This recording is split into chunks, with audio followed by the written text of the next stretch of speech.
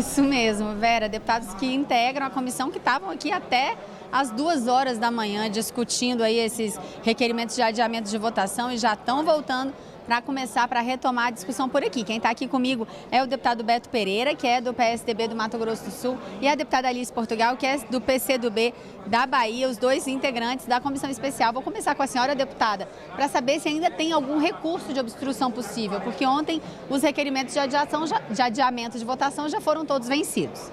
Sem dúvida, mas o texto continua cruel, a complementação de voto foi insignificante do deputado Samuel Moreira e nós vamos agora ao debate do texto, são 2 falas a favor, 2 contrárias e as intercorrências de plenário poderão definir o tempo e a duração dessa votação.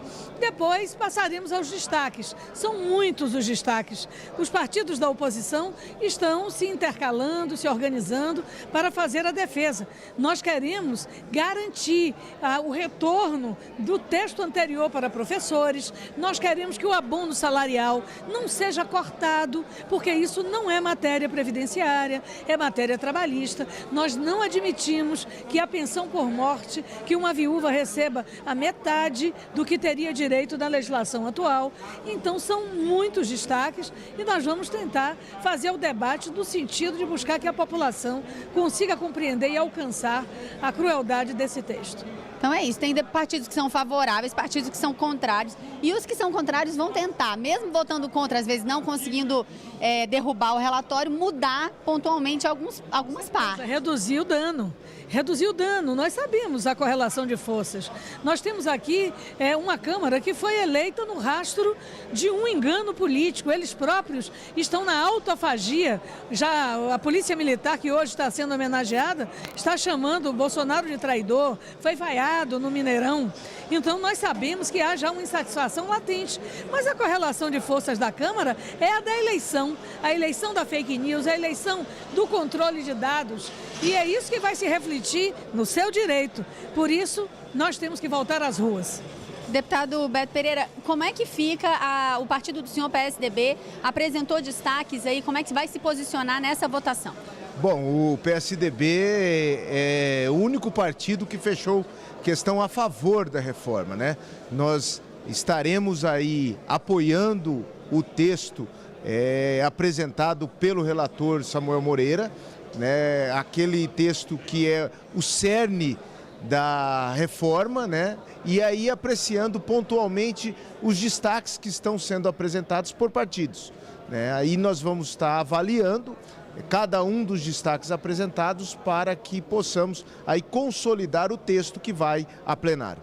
Tem alguma categoria que o PSDB está preocupado? Tem algum destaque específico sobre alguma categoria? Como é que o senhor está vendo essa discussão aí? Porque ainda tem professores, policiais, o que pode mudar? Bom, nós sempre defendemos uma reforma isonômica, onde identificamos que o problema é do Brasil, consequentemente dos brasileiros, e que seria necessário um esforço de todos.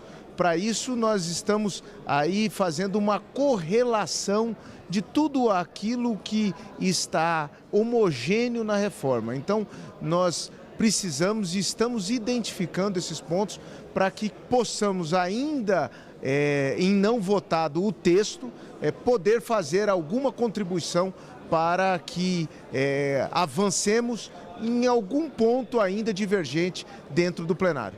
Deputada Alice, apesar desses detalhes que precisam ser negociados aí categoria a categoria, situação a situação, ontem o presidente Rodrigo Maia disse que se surpreendeu com o número de votos que parece ter já em plenário. A senhora acredita na votação aqui na comissão especial hoje, indo para plenário na semana que vem, com número de votos aí suficiente para aprovação? Essa é a surpresa de quem está no núcleo da articulação e que o que se diz é que os deputados que fizeram o retorno à votação favorável à reforma estão muito bem aquinhoados. Se fala nos corredores da Câmara em 40 milhões em emendas extras divididas nos 4 anos que nos restam, que são todos os anos de mandato. Isso, se confirmar, é uma grande fraude, né? Eu até me surpreendo com partidos que têm uma matriz social, né? Se colocarem à disposição e aderirem a essa perversa reforma da Previdência. Acho, inclusive, que aqueles que dizem que vão tentar mudar alguma coisa no texto não poderão fazê-lo, estão constrangidos, porque estão obrigados ao silêncio. Então, realmente, nós vamos enfrentar com dignidade, cabeça erguida, vamos colocar o que a população precisa saber do direito previdenciário. Acaba-se um sistema solidário de repartição, onde você, quando está íjo, contribui para quando a velhice, a doença, a morte do provedor ou da provedora da família vier, você ter a sua segurança. Essa segurança hoje é defenestrada e o trabalhador brasileiro estará desprotegido. Então, eu realmente tenho uma visão matemática, porque agora é matemática, eles vão passar, possivelmente hoje, o relatório na comissão, mas nós vamos fazer a resistência para chamar a população brasileira, no próximo dia 13, a uma grande manifestação no Brasil contra essa reforma e esperar os 2 turnos de votação no plenário. A essa altura, os municípios já estarão com as fotos dos que votaram na reforma da Previdência aqui na comissão.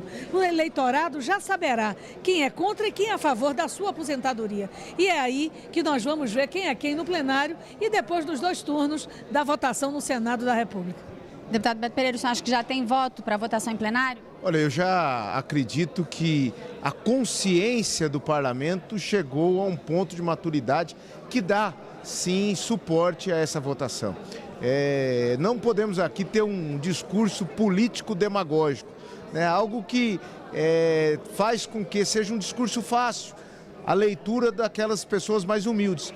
Mas justamente aqueles mais humildes é que hoje estão tendo privado do seu orçamento gastos muito grandes com previdência, tendo prejuízo nos investimentos que não acontecem mais por parte da União, de estados e municípios, em saúde, não estão tendo investimentos em educação, não estão tendo investimentos em infraestrutura nos municípios, na habitação.